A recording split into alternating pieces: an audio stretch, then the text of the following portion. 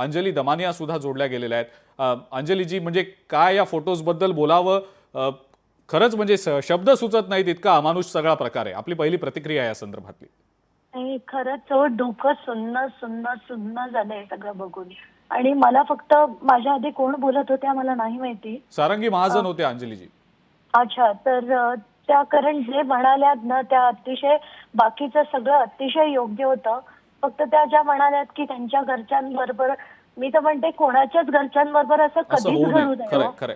खरंच, कारण इतकं भयानक होतं हे सगळं, इतकं भयानक आहे की फक्त त्याच्याबद्दल ऐकलं होतं, पण हे बघितल्यापासून ना डोकं सुन्न झालं. मी सगळ्या माध्यमांना विनंती करते की प्लीज हे दाखवू नका. त्याच्याबद्दल जर तुम्ही माहिती हवी तर परत द्या, पण नका चित्र दाखवू, कारण सगळं पूर्ण महाराष्ट्र सुन्न होईल खरंच. नाही, म्हणूनच अंजलीजी, जबाबदार माध्यम म्हणून आम्ही हे फोटो दाखवत नाही आहोत. आम्ही फक्त आरोपी ज्या पद्धतीनं हे अमानुष सगळं करत होते त्यांची त्यावेळेसची काय नेमकी भूमिका होती किंवा त्यांचं काय एकंदरीत त्याबद्दलचं वागणं बोलणं होतं तो फक्त दाखवण्याचा प्रयत्न आहे. या व्यतिरिक्त ज्या पद्धतीची मारहाण झाली, किती अमानुष झाली, ते फोटो आम्ही जबाबदार माध्यम म्हणून दाखवतच नाही आहोत. पण एक प्रश्न आपल्याला विचारायचा आहे अंजलीजी, हे आरोपी, मला आधी तुमच्या चॅनलचे धन्यवाद मानायचे, कारण इतकं रिस्पॉन्सिबली जर तुम्ही केलं असेल ना, खूप खूप धन्यवाद लोकशाहीचे.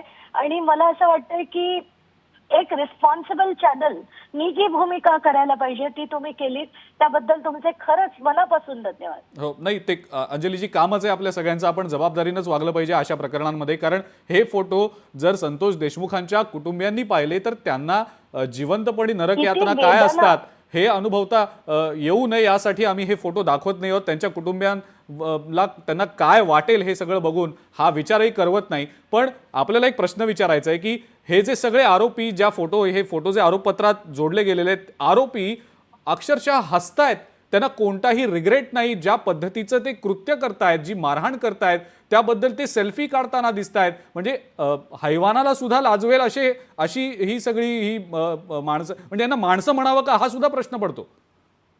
नाही, खरंच ही माणसं नाहीच आहेत ही माणसं.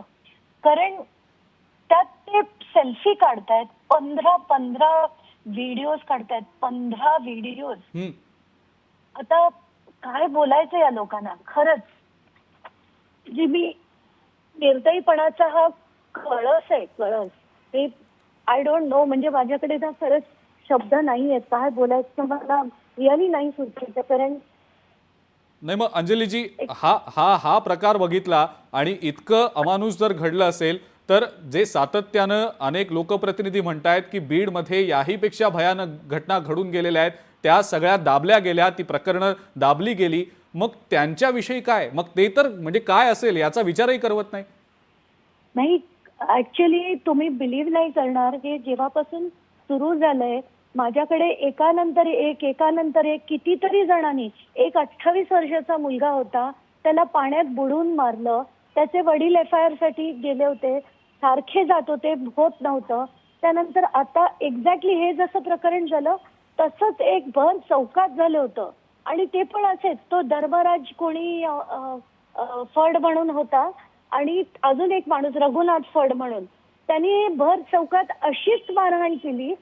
ते नशिबाने ते वाचले. त्यांनी कोर्टात धाव घेतली. 21 फेब्रुवारीला कोर्टाने डायरेक्शन दिल्या, तरी केस पोलीस स्टेशननी त्यांची रेकॉर्ड सुद्धा केली नाही कंप्लेंट, का तर ही कराडची माणसं आहेत म्हणून. आणि आता 4 दिवस लागोपाठ फॉलोअप घेतल्यानंतर मी SP नवनीत कवत यांच्याशी कंटिन्युअस फॉलोअप घेतला, तेव्हा जाऊन परवा ती FIR झाली. त्याच दिवशी रात्री आणि एक अशाच माणसाला, ज्या व्यक्तीने मला अप्रोच केलं, त्यांचे मेव्हणे होते, त्यांना पण असं रस्त्याच्या बाजूला फेकून दिलं होतं. म्हणजे ते तर गेले बिचारे. अशा कित्येक असतील, कित्येक. आणि हे पोलीस रेकॉर्ड करत नाहीत. आणि सगळ्यात लाज वाटणारी गोष्ट म्हणजे आज सगळ्यात ह्या माणसाला आपण VIP ट्रीटमेंट आपले पोलीस देत आहेत, आपलं शासन देत आहे. माझा तर संताप होतो या लोकांवर की ही माणसं कशी आहेत, की अशा माणसाला आज सगळ्यात ह्या माणसाला झोडून काढायला पाहिजे. अशा माणसाला ते VIP ट्रीटमेंट देत आहेत. आज चहा येतोय त्याला स्पेशल चहा, नाश्ता, जेवण, त्याचे सीसीटीव्ही बंद करून 2-2 तास VC वर बोलतो. मित्रमंडळी भेटतात त्यांना. काय बोलायचं यांना? काय बोलायचं? हे आपलं शासन आणि हे आपलं राजकारण आणि हे आपले थर्ड ग्रेडेड मंत्री. नाही, खरं शब्द सुचत नाही ज्या वेळेला हे असे फोटो समोर येतात. काय बोलावं ते समजत नाही, सुचत नाही आणि तुम्ही जसं मगाशी म्हणालात की डोकं सुन्न होऊन जातं. पण अंजलीजी धन्यवाद, आपण प्रतिक्रिया दिली त्याबद्दल. लोकशाही मराठी ऐका, पहा, जागरूक रहा.